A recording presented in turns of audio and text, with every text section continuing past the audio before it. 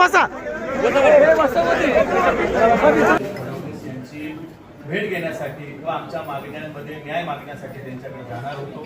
परंतु त्या ठिकाणी आज सकाळीच मुंबई पोलिसांनी आमची सकाळी 7 वाजता म्हणजे आम्हाला अजून तर काही सांगितलेलं नाही की तुमची परमिशन नाकारली, पण त्यांनी नाशिक पोलिसांना सांगितलं.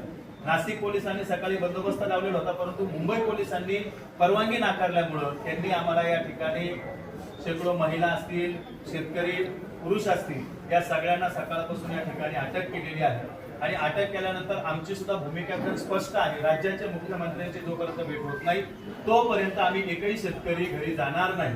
कारण आमच्या मुलावर या ठिकाणी आयुष प्रसाद नावाचे जिल्हाधिकारी बसवलेले आहेत. हे महिषासुरासारखं काम त्या ठिकाणी करतायत.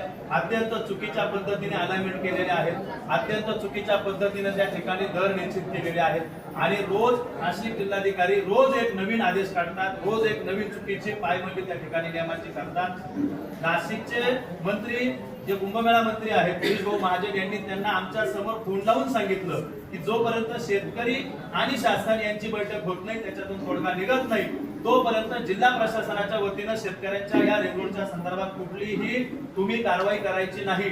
परंतु नाशिक जिल्हाधिकारी आयुष प्रसाद हे स्वतःच्या मगरुरीपणामुळे, स्वतःच्या त्या खोडसाळपणामुळे त्यांना असं वाटतं की पुण्यामध्ये त्यांनी रस्त्याची अलाइनमेंट चांगली केली, त्यांनी जळगावला केली, पण तिथल्या शेतकऱ्यांवर जो अन्याय केला त्याच अन्यायाची रीत या ठिकाणी ओढून नाशिकच्या शेतकऱ्यांना मृत्यूच्या दारात ढकलण्याचं पाप हे नाशिक जिल्हाधिकारी जर करत असेल तर ते खपून घेतल्या जाणार नाही. आणि तो जाग त्यांना पडलेला आहे की हे सर्व शेतकरी जर संवेदनशील मुख्यमंत्री राज्याचे देवेंद्रजी फडणवीस यांच्याकडे गेले तर निश्चितपणे त्यांचं जे काही काळं काम आहे, त्यांनी जे काही चुकीच्या गोष्टी केलेल्या आहेत, ज्या चुकीच्या अधिकाऱ्यांना ते लपवत आहे, पाठीशी घालत आहेत, ज्या चुकीच्या बिल्डरांनी त्या ठिकाणी जमिनी घेतलेल्या आहेत, या सगळ्या मस्तवाल लोकांना वाचवण्यासाठी शेतकऱ्यांना त्या ठिकाणी मरणाच्या दारात ढकलणारे जिल्हाधिकारी आयुष प्रसाद यांचं सगळं पितळ उघडं पडेल म्हणून शेतकऱ्यांना मुंबईचे पोलीस हाताशी धरून नाशिकच्या पोलिसांना उगाच वेठी धरण्याचं काम नाशिक जिल्हाधिकारी करतायत. आम्ही संविधानिक पद्धतीने त्या ठिकाणी जाणार होतो. आम्ही परमिशनचे कागद पण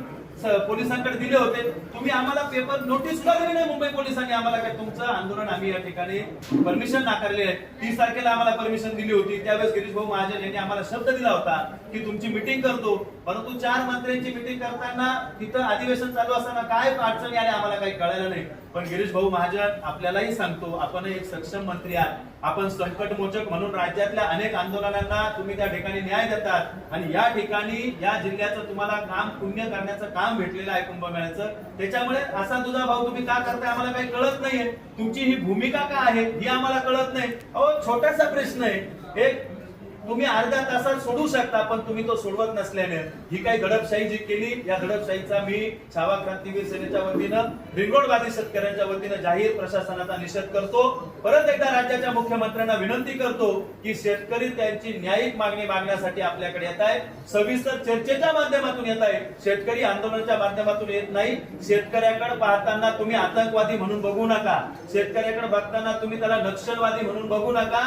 तर या देशाचा कणा असलेला, या जगाचा जगविता असलेला, या कृषी प्रधान देशामधला हा कष्टकरी शेतकरी आहे, त्याला त्याच दृष्टिकोनातून पाहून तुम्ही न्याय द्या. तुमच्याकडे न्यायाच्या अपेक्षेने आम्ही येतोय, आंदोलनाच्या अपेक्षेने येत नाही. या जिल्हाधिकाऱ्यांच्या चुकीच्या गोष्टींच्या नादी लागून मंत्री महोदयांनी सुद्धा शेतकऱ्यांना अन्याय करू नये, अन्यथा इथून पुढे जे काही आंदोलन होतील हे आक्रमक पद्धतीचे होतील आणि त्याला सर्वस्वी जबाबदार फक्त आणि फक्त नाशिक जिल्हाधिकारी आयुष प्रसाद असतील, याची त्यांनी नोंद घ्यावी. त्यांनी सुद्धा हे सर्व कामं जिल्हाधिकाऱ्यांचे आहेत. ते प्रत्येक वेळी गेले का हा माझा विषय नाही, तो माझा विषय नाही, मग हे आदेश कोण काढतं, हे रस्त्याच्या अलाइनमेंटचे आदेश कोण काढतं, रेटचे आदेश कोण काढतं, खरेदीचे आदेश कोण देतं, हे सगळं तुम्हीच करतात. फक्त शेतकऱ्यांना फसवणूक करून तुम्ही त्या ठिकाणी दिशाभूल करण्याचं काम करू नका, अन्यथा इथून पुढचे आंदोलन या जिल्हा प्रशासनाला व राज्य सरकारला परवडणारी नसतात.